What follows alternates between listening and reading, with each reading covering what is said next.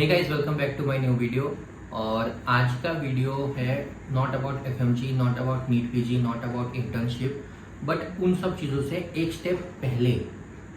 Means आपका documents required for your upcoming FMG examination. इस video को स्पेसिफिकली मैंने सिर्फ और सिर्फ जो इस साल अभी जून में पास आउट हुए 2019 बैच के बच्चे या 2020 बैच के बच्चे, डिपेंड करता है कि तुम्हारा 5 साल का कोर्स था कि 6 साल का कोर्स था। तो अभी जो लोग पास आउट किए एंड स्पेसिफिकली मैंने अभी देखा इंस्टाग्राम पे कि मेरे यूनिवर्सिटी के जो स्टूडेंट्स हैं वो लोग परसों ही या कल उन लोगों का हुआ है ग्रेजुएशन कंप्लीट। सो जो डॉक्यूमेंट्स रिक्वायर्ड है अभी उन लोगों के लिए जो लोग अभी आ रहे हैं रशिया से, जॉर्जिया से, जहाँ से भी, इंडिया, और अभी ये जो अपकमिंग एग्जाम है तुम्हारा दिसंबर या जनवरी 2025-26 का, उस एग्जाम को अभी तुम लोग दोगे। तो उसमें तुम लोग को स्पेसिफिक क्या क्या चीजें चाहिए, बिकॉज ऐसा नहीं है कि बस कंपनसेशन लेटर लेके आ जाओ, उसका भी एक फॉर्मेट आ चुका है। ऐसा नहीं है कि बस एनओसी लेके आ जाओ, एपोस्टाइल लेके आ जाओ, या क्या है क्या नहीं। बिकॉज अभी इस टाइम पे जो लोग मेरे बैच के हैं उन लोगों को परमानेंट रजिस्ट्रेशन के लिए अप्लाई जो वो लोग कर रहे हैं उसमें भी उन लोगों को कुछ चीजें मांगी जा रही है जो हमारे पास नहीं है। जो लोग अभी एफएमजी एग्जाम पास करके इंटर्नशिप चालू करने वाले हैं या चालू किए हैं उन लोगों को भी ऐसे कुछ चीजें पूछी गई हैं, मांगी गई है, जिनमें वो लोग कंफ्यूज थे। कुछ चीजें हैं जो उनके पास नहीं है और वो लोग बस प्रिटेंड करके लिख दिए हैं। एंड टू बी ऑनेस्ट मुझे भी नहीं पता स्टेट मेडिकल काउंसिल कब क्या चेंज कर रही है, बट अभी के लिए लेटेस्ट जो भी चीजें हैं उन चीजों के बारे में हम इस वीडियो में बात करेंगे। So let's get started.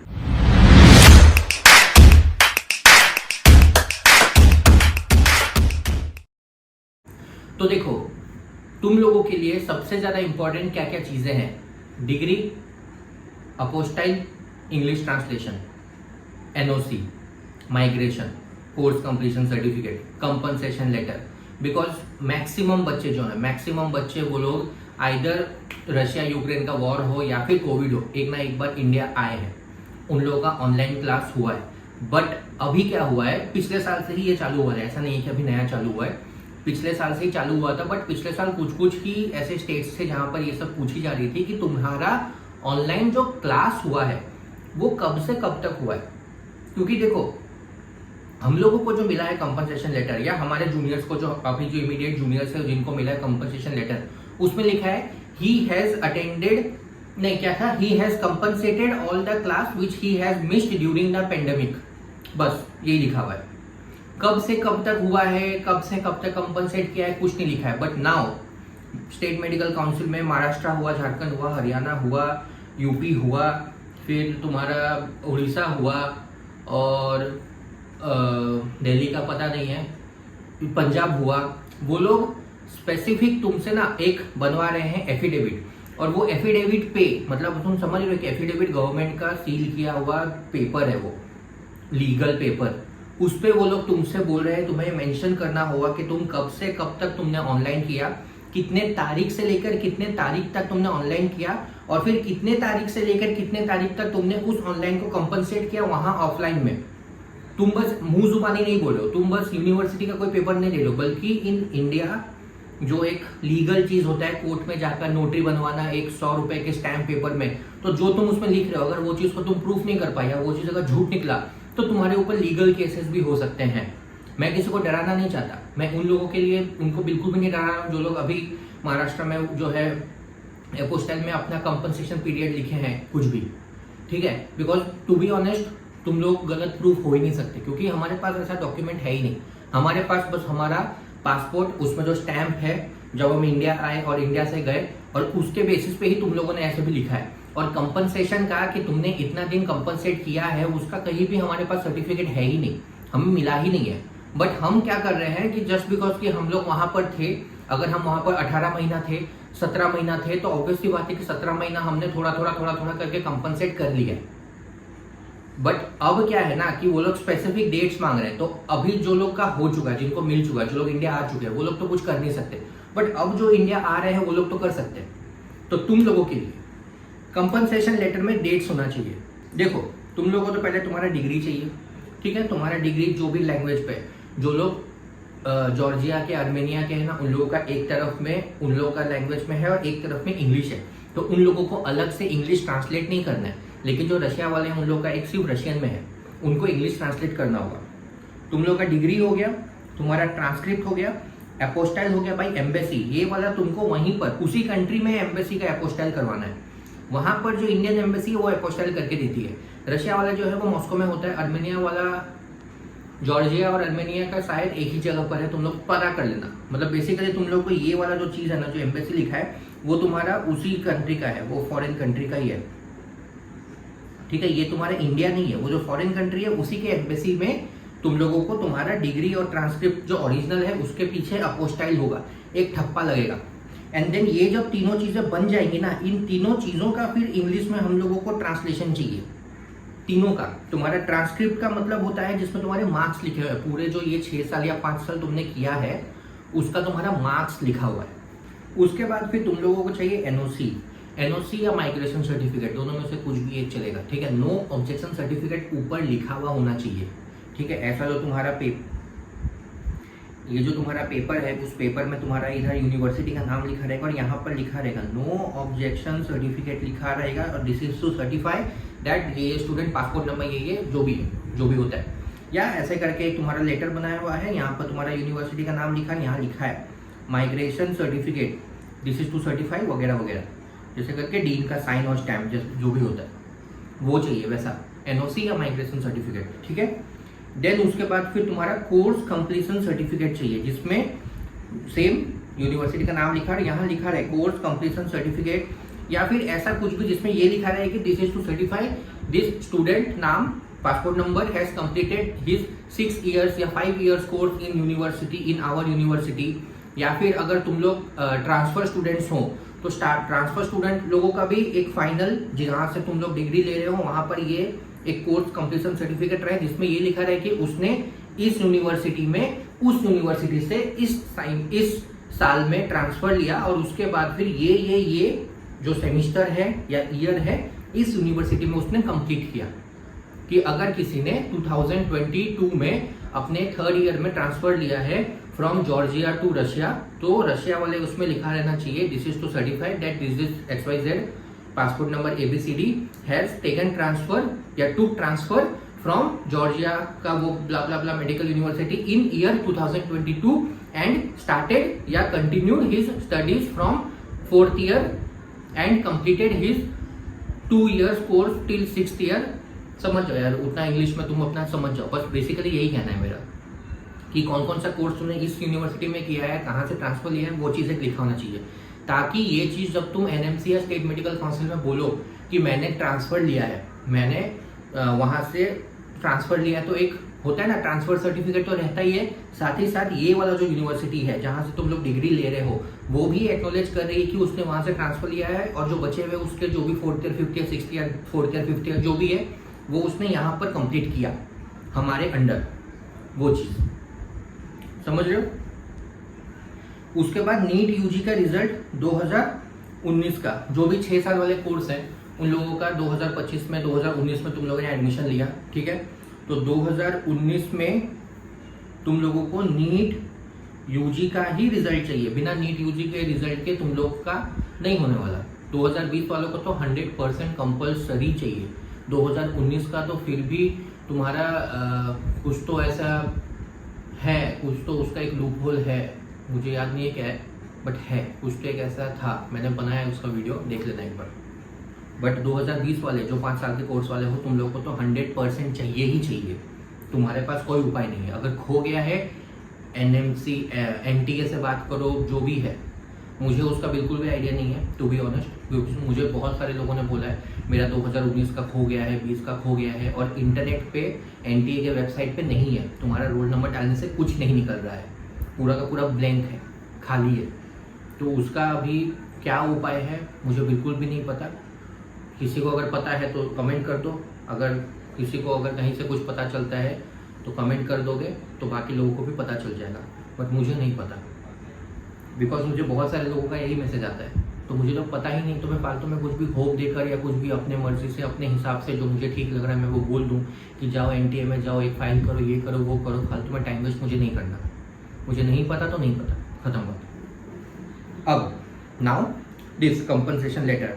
Online class duration जो है वो फ्रॉम टू, जब से हुआ है,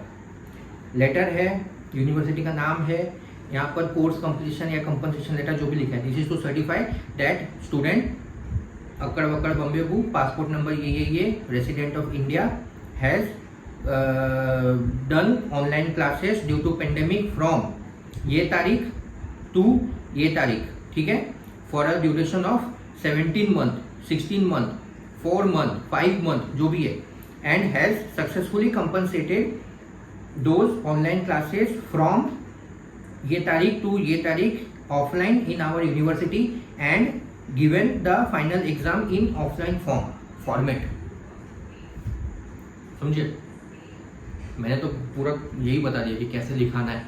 तुम्हारा कॉलेज है, तुम्हारे वहाँ पर डीन में बात करो, ठीक है, डीन ऑफिस में बात करो, एजेंट अगर बनवा रहा है तो उससे बात करो, बट ये है कि यू हैव टू कंपनसेशन, ठीक है, कंपनसेट कर लिया, सब कुछ कर लिया, ठीक है, बिकॉज तुम लोग जब तक कंपनसेट करोगे नहीं तब तक ऐसा नहीं है कि यूनिवर्सिटी बोलेगी कि हाँ दे दिए,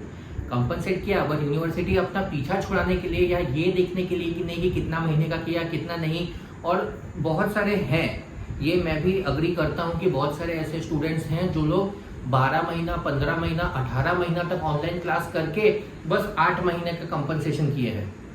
तो वो लोग कहीं शो भी नहीं कर पा रहे कि कैसे 18 महीने का तुम 8 महीने में कैसे कंपनसेट कर सकते हो। खुद समझो,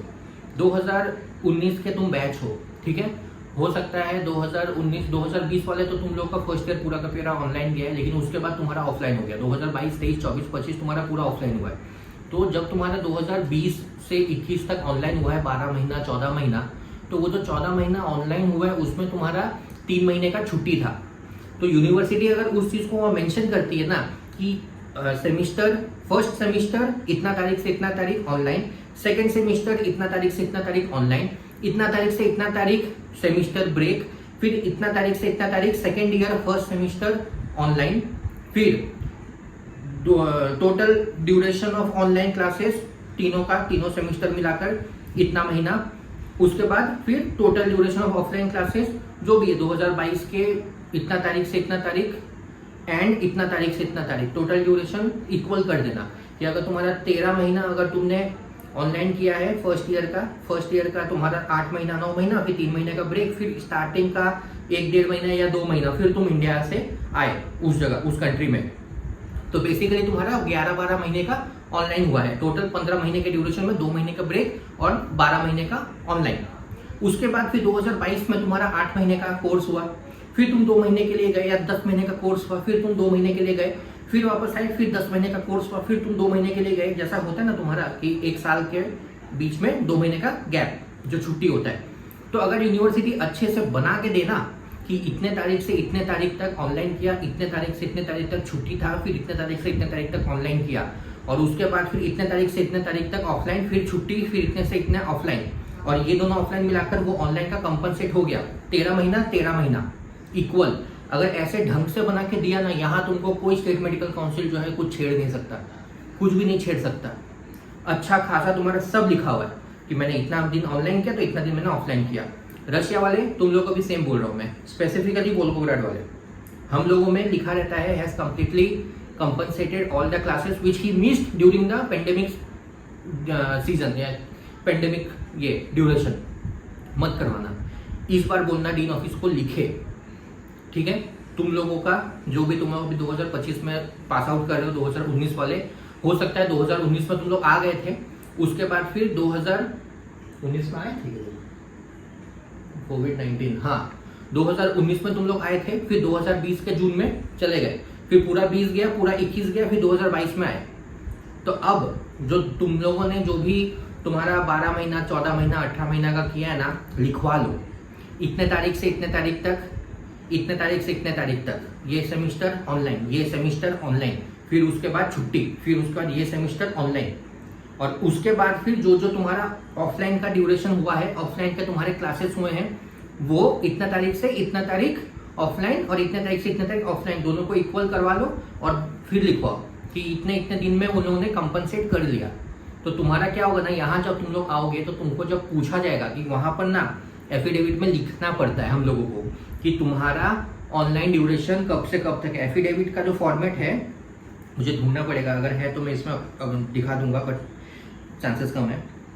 एफिडेविट के फॉर्मेट में क्या होता है ना, लिखा रहता है फ्रॉम डैश टू डैश लिखा रहता है ऑनलाइन क्लासेस कब से कब तक किए हो, और उसके नीचे फिर कंपनसेट कब से कब तक किए हो तारीख के साथ, सिर्फ मंथ या ईयर नहीं, स्पेसिफिक डेट। और उसके नीचे भी लिखा रहता है कि ऑनलाइन ड्यूरेशन 12 महीना, ऑफलाइन ड्यूरेशन कितना महीना। वो तुमको डब्बा बना के एफिडेविट में 100 रुपए के नोटरी पे नोटराइज करा के जमा करना है। तो कुछ भी ऊपर नीचे गड़बड़ होगा तो वो तुम पे उसके अगेंस्ट या फिर उसके बेसिस पे तुम्हारा 2 साल का इंटर्नशिप कर सकते हैं बच के।